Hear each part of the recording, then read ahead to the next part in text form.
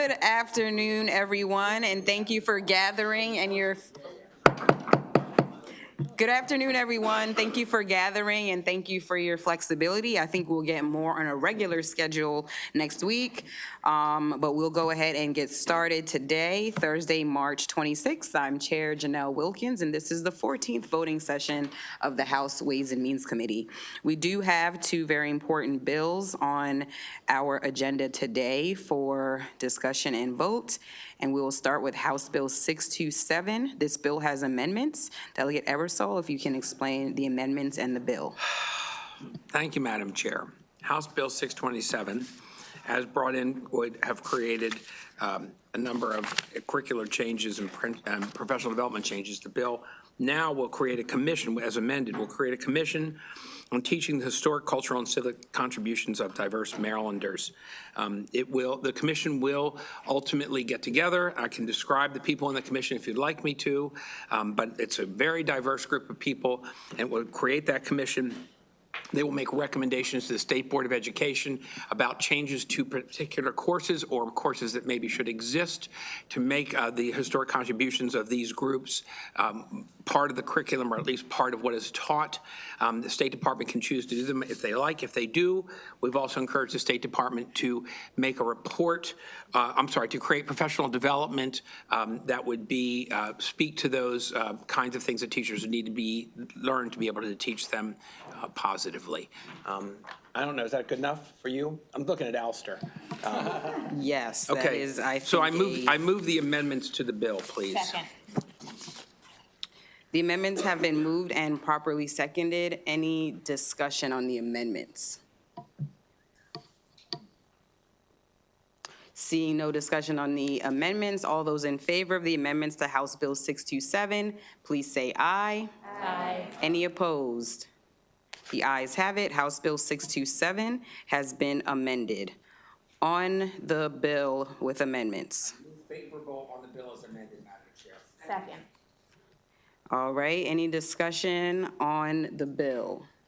Seeing no discussion, all those in favor of House Bill 627 with amendments, please say aye. Aye. Any opposed, please raise your hand.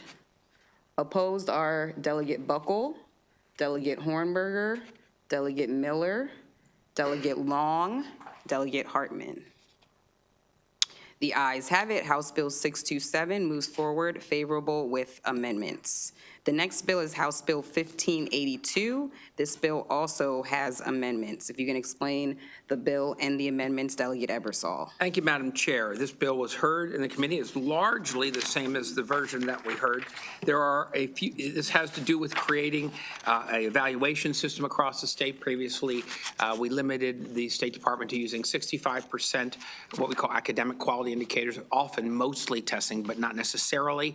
That has been increased to 70% with them being able to divide it up amongst various academic indicators like academic achievement, read testing, academic progress meant year-over-year testing, EL proficiency, growth of the lowest performing students, and in high school on track for ninth graders, which ones are on track. The non-academic indicators, which previously existed at the 35% level, are now at 30%. There's a list of them in the bill that can be used, but they have to use them at least 10%. We wouldn't want them to have so many that they could dial them down to 2 and 3%, where they would not have a significant standing with the other academic indicators. So they can basically choose 3 because they have 30% and the minimum's 10. They have a list of what they might use, but the list is there. There's some amendments to the bill that change possible ones that are there, and they might use those. One that has to be used in the bill's original law is a school survey. I think I'm going to let Alistair do the uncodified amendments if there's something special in them that we need to do. Anything in the uncodified section you need to talk about? Yeah, so the amendments remove reference to national board certification and advanced accreditation for teachers and just require that one of the school quality indicators could be staffing measures. Additionally, the amendments change the reporting requirements to not only include reports on the school quality indicators that are not chosen, but also the correlation between schools with school poverty in a school, the concentration of impoverished students in a school, and both the composite score and each individual indicator that is used to compile the composite score. And if I could add one more thing, Madam Chair. In the same way that the smaller group, we had a minimum, in the larger group where there's 70%, we wouldn't want 70% to be any one of those indicators that I read about proficiency or year over year. And so there's a maximum percentage set on that one of 20%. So I move the amendments, Madam Chair. Second. The amendments to House Bill 1582 have been moved and seconded. Any discussion on the amendments? Seeing none, all those in favor of the amendments to House Bill 1582, please say aye. Aye. Any opposed to the amendments? Delegate Hornberger, opposition to the amendments? Can you raise your hand high so I can make sure I got you? Delegate Hornberger and Delegate Miller and Delegate Hartman are opposed to the, and Delegate Long are opposed to the amendments. Okay, the ayes have it. House Bill 1582 has been amended. On the bill, favorable with amendments, a motion? I move favorable with amendments. Second. All right, House Bill 1582 has been moved and properly seconded, favorable with amendments. Any further discussion? Delegate Miller. Thank you, Madam Chair. I just want to say, so I really appreciate the time that MSDE especially took to explain some of the questions and concerns that I heard during, I had during the hearing, especially around academic progress. And I think while I do appreciate the inclusion of more growth factors and as far as more academic progress, my colleague and I had a lot of very good questions during subcommittee, and we were getting some confusing answers and conflicting answers, so we really wanted to kind of delve into that a little more. We did not have time to do that because why this is so important to me is this will form the free, basically the rating systems that will be the forward front of our school systems. And people rely on that. They move to certain areas around our state because of the most often reason is because of the schools. And so we are changing that. It is very important. Again, if you're talking about a compass, which is what this bill is called, you are talking about an indicator of direction.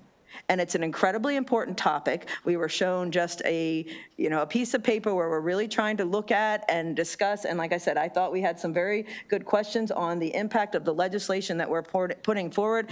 And I just don't feel like my questions have been answered. And so that's why I'm voting no on this because of that. And I'm sorry, I'm not usually, Bob said, I've never seen you this upset. And I'm because that's not how we normally have been operating. And so that's why I'm a no. And Delegate Miller, I hear you on that 100%.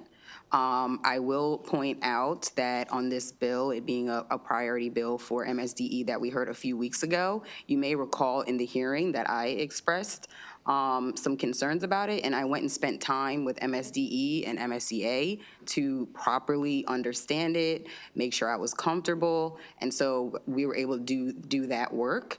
And what I learned from that is that part of our accountability system is changing the behavior and the decisions of our central offices and our local education systems and how they make decisions. So by adding this staffing measure, that's something that we've been trying to get at for a while now in the blueprint, as you've mentioned, and in other ways. And by us adding that staffing measure, it really makes the local system say, hey, let's really look at how we're distributing teachers. Let's really look at the credentialed teachers. Let's really make sure that that's something that we are improving on in order to improve that rating. So that's something that I really understood to be essential. We removed MBC because we know that having that measure would not be fair, and we kept it at generic staffing measures so that MSDE can do the work in figuring out what specific staffing measures make the most sense. So I'm going to ask MSDE, I'm sure that they're listening, to spend some time with you on it. I totally understand, and they have spent some time. Okay, so I just wanted to let you know know that I hear you. I had to really go and dig into it myself to better understand it, felt comfortable with it. The reason we're moving this quickly for everyone's information is that this bill is not cross-filed. It's after crossover. This was a major priority for our school system, and we just want to make sure it's able to have a fair shot on the other side. So I appreciate your comments. Thank you, Delegate Ebersol. Madam Chair, and I'll just say the comments were that we're giving State Department some levity here in what they can pick and choose. I will tell you that having worked with state departments and boards for 12 years now, this one's one that will talk to you. So reach out to them and let them know your thoughts. Any further discussion?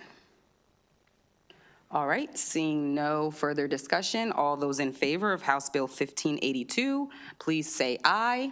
Aye. Any opposed, please raise your hand. Delegate Buckle, Delegate Hornberger, Delegate Miller, Delegate Long, Delegate Hartman. All right.